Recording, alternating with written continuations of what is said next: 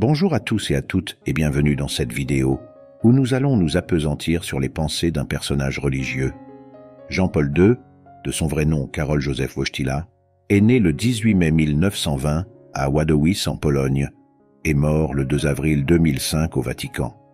Étudiant en philologie, il joue dans un groupe de théâtre anti-nazi et entre au séminaire clandestin en 1942. Il est ordonné prêtre en 1946 en Pologne communiste, puis envoyé pour des études à Rome. À son retour, il est affecté auprès de la jeunesse. Il devient en 1958 le plus jeune évêque polonais et par la suite archevêque de Cracovie, cardinal, et est élu 264e pape de l'Église catholique le 16 octobre 1978 sous le nom de Jean-Paul II. Avant de poursuivre, prenez quelques secondes pour vous abonner à la chaîne si vous êtes nouveau et n'oubliez pas d'activer la cloche des notifications pour ne manquer aucune de nos vidéos sur des personnages et des sujets aussi enrichissants que diversifiés. Voici à présent une sélection des phrases et des paroles les plus marquantes du pape Jean-Paul II qui pourront vous édifier ou donner un aperçu de la vision de cet homme d'Église sur les questions de son temps. La vie est confiée à l'homme comme un trésor à ne pas dilapider, comme un talent à faire fructifier. L'appartenance à la famille humaine confère à toute personne une sorte de citoyenneté mondiale, lui donnant des droits et des devoirs, les hommes étant unis par une communauté d'origine et de destinée suprême. Toute existence tire sa valeur de la qualité de l'amour.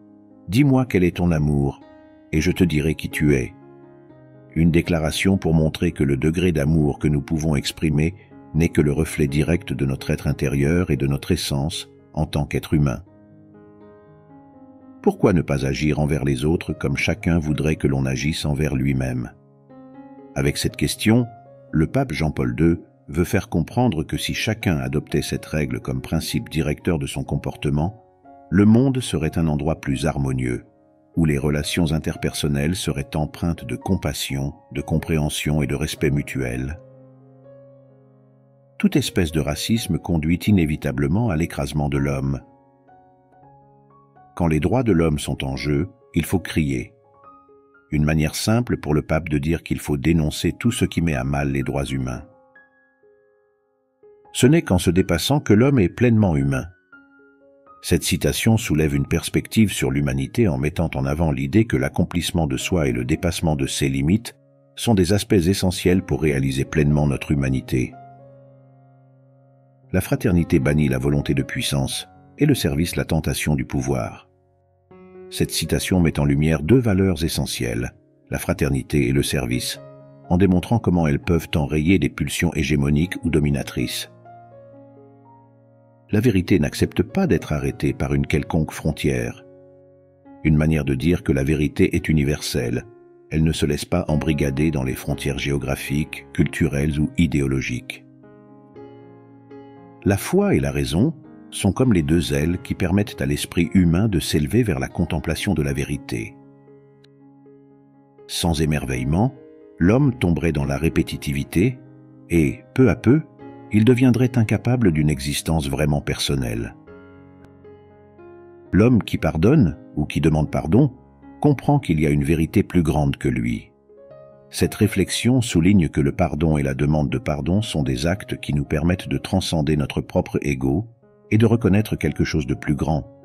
C'est un acte qui contribue à la paix intérieure et à l'harmonie sociale.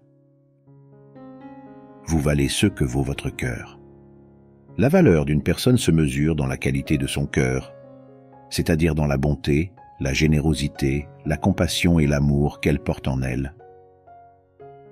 Tout ce que vous faites trouve un sens dans ce que vous êtes. Faire le bien ne va pas de soi. Cette citation nous rappelle que faire le bien est un choix actif et délibéré qui nécessite souvent un effort conscient, une force intérieure et un engagement envers les valeurs morales et éthiques qui sous-tendent nos actions. Comme pour l'esprit rien n'est trop grand, pour la bonté rien n'est trop petit.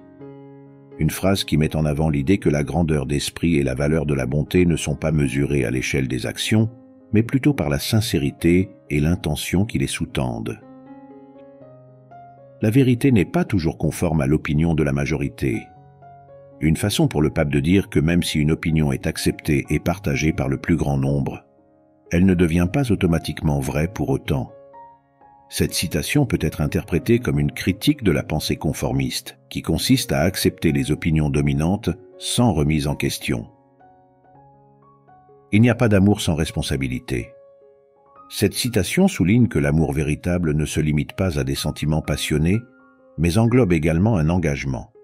Cela signifie prendre soin de l'autre, être attentif à ses besoins et à ses sentiments, et être présent pour elle dans les bons comme dans les mauvais moments. L'amour est l'unique révolution qui ne trahit pas l'homme. Cette citation met en lumière le pouvoir de l'amour en tant que force transformatrice positive qui ne trahit pas l'homme, mais qui au contraire le transcende et l'élève vers des idéaux de paix, de compassion et d'humanisme.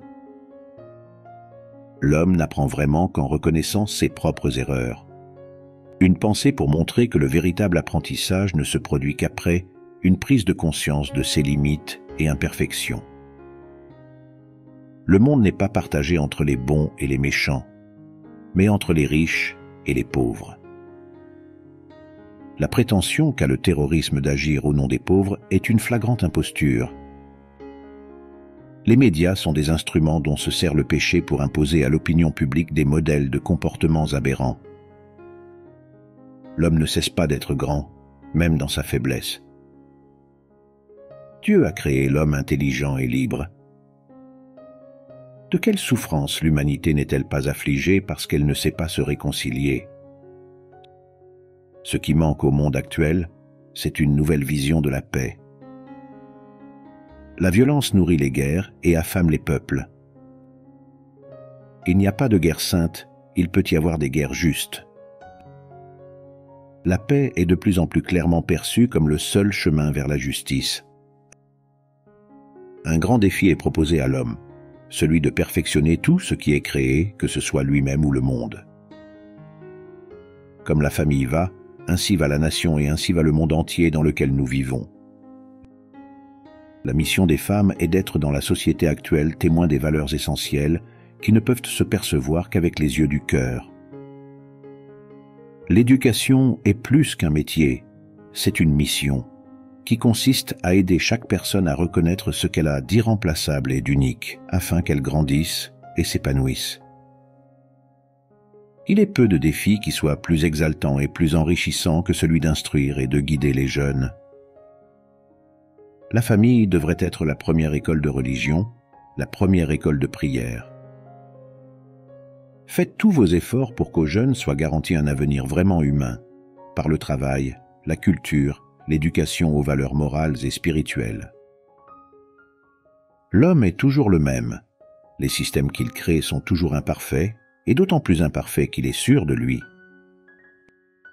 Une démocratie sans valeur se transforme facilement en un totalitarisme déclaré ou sournois, comme le montre l'histoire. Le communisme, en tant que système, s'est révélé un remède plus dangereux que la maladie elle-même. L'Europe doit respirer avec ses deux poumons, celui de l'Est et celui de l'Ouest. Un appel à l'unité, à l'équilibre et à la coopération entre les nations européennes pour construire un avenir commun basé sur la diversité. La condamnation du racisme, la protection des minorités, l'assistance aux réfugiés, la mobilisation de la solidarité internationale envers les plus nécessiteux ne sont que des applications cohérentes du principe de la citoyenneté mondiale. C'est avec cette citation que nous concluons cette vidéo. Si elle vous a plu, cliquez sur « J'aime » pour nous encourager et partagez-la dans vos différentes plateformes sociales. Abonnez-vous à la chaîne et n'oubliez pas d'activer la cloche des notifications pour être alerté dès qu'un nouveau contenu est disponible. Partagez en commentaire là où les citations du pape Jean-Paul II qui vous ont le plus marqué, ou dites ce que vous inspirent les mots de cet homme d'Église. Je vous retrouve très prochainement pour une nouvelle vidéo, avec un nouveau personnage dont nous allons explorer les pensées. À bientôt.